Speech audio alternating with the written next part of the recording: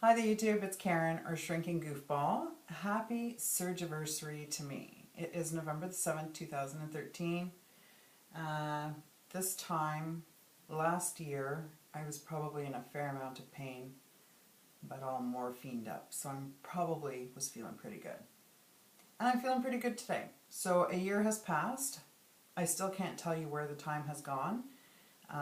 Probably after the first couple of weeks, I can safely say that this has been the fastest year that has ever whipped by. So, fantastic. So, I don't have a lot to report in terms of numbers. I did post a slight error on my last video. What I do in my little book here, so you'll see here I did post-op week 48, 49, 50. And then on this page, I did 50 again. So last week I reported that I was post-op week 50 when it was actually 51. I don't know if you watched my last week's video, it was kind of like, but I'm a week away and it's November the 7th. So that's where my confusion came in. So here I am, November the 7th, post-op week 52, 1 year Surgiversary. So I did report last week that I was 178.8 pounds. I'm still 178.8 pounds with a 0 pound loss for 142.2 total. Today, because it was my Surgiversary, I was at Humber and I had my dietitian's appointment and I had a nurse's appointment for follow-up for my 1 year. The dietitian took the usual information, what I do all day long in terms of food, what time I eat, what I have to eat, my snacks, and we also did all my medication. She was also very pleased that I brought it all in the bag, so that way she could see the brand name, what the dosage is, and how many I'm taking a day. I saw the nurse as well, talkative little thing. She was very, very pleased with my progress. She said at, most points of a Surgiversary or 1 year post-op, a lot of patients are at 100 pounds lost. So according to their scale, fully dressed, all I did was take my shoes off. And I did need to go to the bathroom, but anyway. According to their scales, I'm down 137 pounds, and according to my scale, I'm down 142.2. Both my dietitian and the nurse very, very pleased with my progress. I think since my 9-month appointment, which most people don't go to, it's a 6 and then a 12. I just went for a 9-month because I did have a little bit of a hiccup with my ulcer. So I'd only lost like just 4 pounds, I believe it was, between my 9-month and here. So I've really sort of been up and down, but really haven't lost that much according to their scale. I didn't really calculate if I went back to, what would that have been? November, December, January, February, March, April, May, June, July.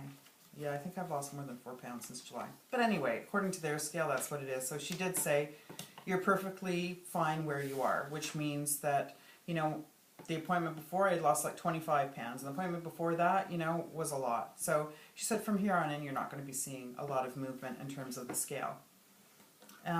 Which is fine with me, because I figure I've got like another 8.8 pounds to go, according to my scale. And whether I'm maintaining or losing that 8.8 pounds, it's still going to take work. It's going to take dedication, it's going to take commitment, and I haven't started exercising, so that could help a little bit as well. I did throw up once. I was really excited about having pancakes with my sugar-free syrup. It's a praline and maple. And I think I ate a little bit too fast. Didn't even eat half of it, and I was upstairs in the bathroom going to throw up. So yeah, didn't even finish it, didn't feel like it. Other than that, I'm happy about going to a restaurant, eating basically anything from home, still watching my fat, watching my carbs, watching my sodium, watching my sugar, and had a little chat with the nurse who was very helpful because she also helps with a diabetes group. So she's really good about, converting the carbs to sugar and how much a piece of bread is, watching out for the good carbs, which are like fruit, but, if I have, say, a medium banana, I have to have a really small banana. If I'm having an apple, it has to be a really small apple. Even though they're good sugars, they're still converted to, carbs converted to sugars. So that's something that I'm going to have to be more cognizant of, is what carbs I'm putting in. That, you know, it's not like pasta and rice and bread where you're aware that they are full of carbs, but things that you don't really think of, carrots and that sort of thing. So that's really the goal that I have to work on with my food. It's because I'm feeling really good. I'm still really careful what I eat. I'm not worried so much about throwing up, but I'm still really careful about my quantities. So she did remind me, for example, because I told her that I would have a piece of chicken, I would have vegetables, and I would have, say, rice or mashed potatoes. And she reminded me, dependent on the type of vegetable that I have, if it is a little bit higher in carbs, to just not have potato or not have the rice. So I thought, that's okay, I can do without all those carbs. Other than that, that's really it. There's no song, there's no dance. I really should have colored my hair for you today. But yeah, I got up a little bit early because my hospital that I have to go to for my appointments is only 2 hours away. And I was going in prime rush hour traffic. They were doing work in the hospital parking lot, so I had to park really far away. But all in all, I was there for like 2.5 hours. Did my blood work. I think she did a really good job, but I might, they only took 11 vials, so I did have a little bit of blood left. I will get the results in 3 to 4 weeks, and then I have to do a follow-up with my surgeon for my SURGIVERSARY, my 1 year. But it'll probably be towards the end of the month, possibly even the beginning of December, because he wants me to have the results of my blood when I go in for my 1 year. So, that's it. I'm going to change because I'm freezing. Before I started my video, you can see back there on my dresser, I have my heater. I'm sure a lot of you experienced losing the big heavy fat parka. So my hands right now are just, probably my nails are like purple. You probably can't really tell, but I'm cold. My feet are cold. So I put on my lingerie, my pajamas and my big construction socks and my slippers and sit near a fireplace and I warm up. So next week I will be seeing you, week 53, which is technically like week 1 of year 2. So yeah, I don't get to go back to the hospital now for a whole year. That means I have a year of being on my own.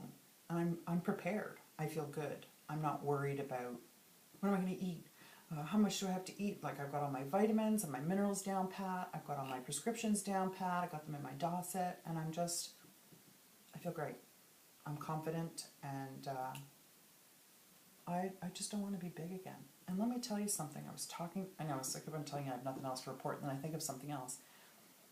It's kind of funny, and I don't know if you've experienced this before, but I won't tell you how I found out, but when I met my boyfriend almost 3 years ago, I wasn't 321 pounds, which was my absolute heaviest. I was probably, let's say, 280 or 290. So I was quite a curvy, voluptuous woman. But he fell in love with me when I was a big girl. Not to say that his behavior or anything has really changed, but I just kind of, with this little thing that I discovered, okay, I'll tell you. He was just looking at plus-size models. He wasn't looking at porn. He wasn't doing anything bad. But I'm like, you actually miss the chubby, fat Karen. And he admitted that he did. He said, you know, I'm really happy for you. You look fantastic. You've come such a long way, and it's so great. And you're so disciplined. He goes, but I miss the chubby Karen just a little bit. So I was kind of feeling like he's a chubby chaser, and Karen doesn't have the chub anymore. But you know what? You talk about it. And I told him I'm not gaining any weight. If I want to lose that 8.8 pounds, and, you know, he tells me that, oh, when he turns over in bed, he can't even find me because I'm just so thin, you know. But I love the fact that when I'm laying down, I can feel my hip. And when I'm laying down, I can feel my, like here, I'm not even laying down, and I can feel my ribs. And I know I keep on talking about my collarbone, but come on. So you have to keep the lines of communication open. These things are really important.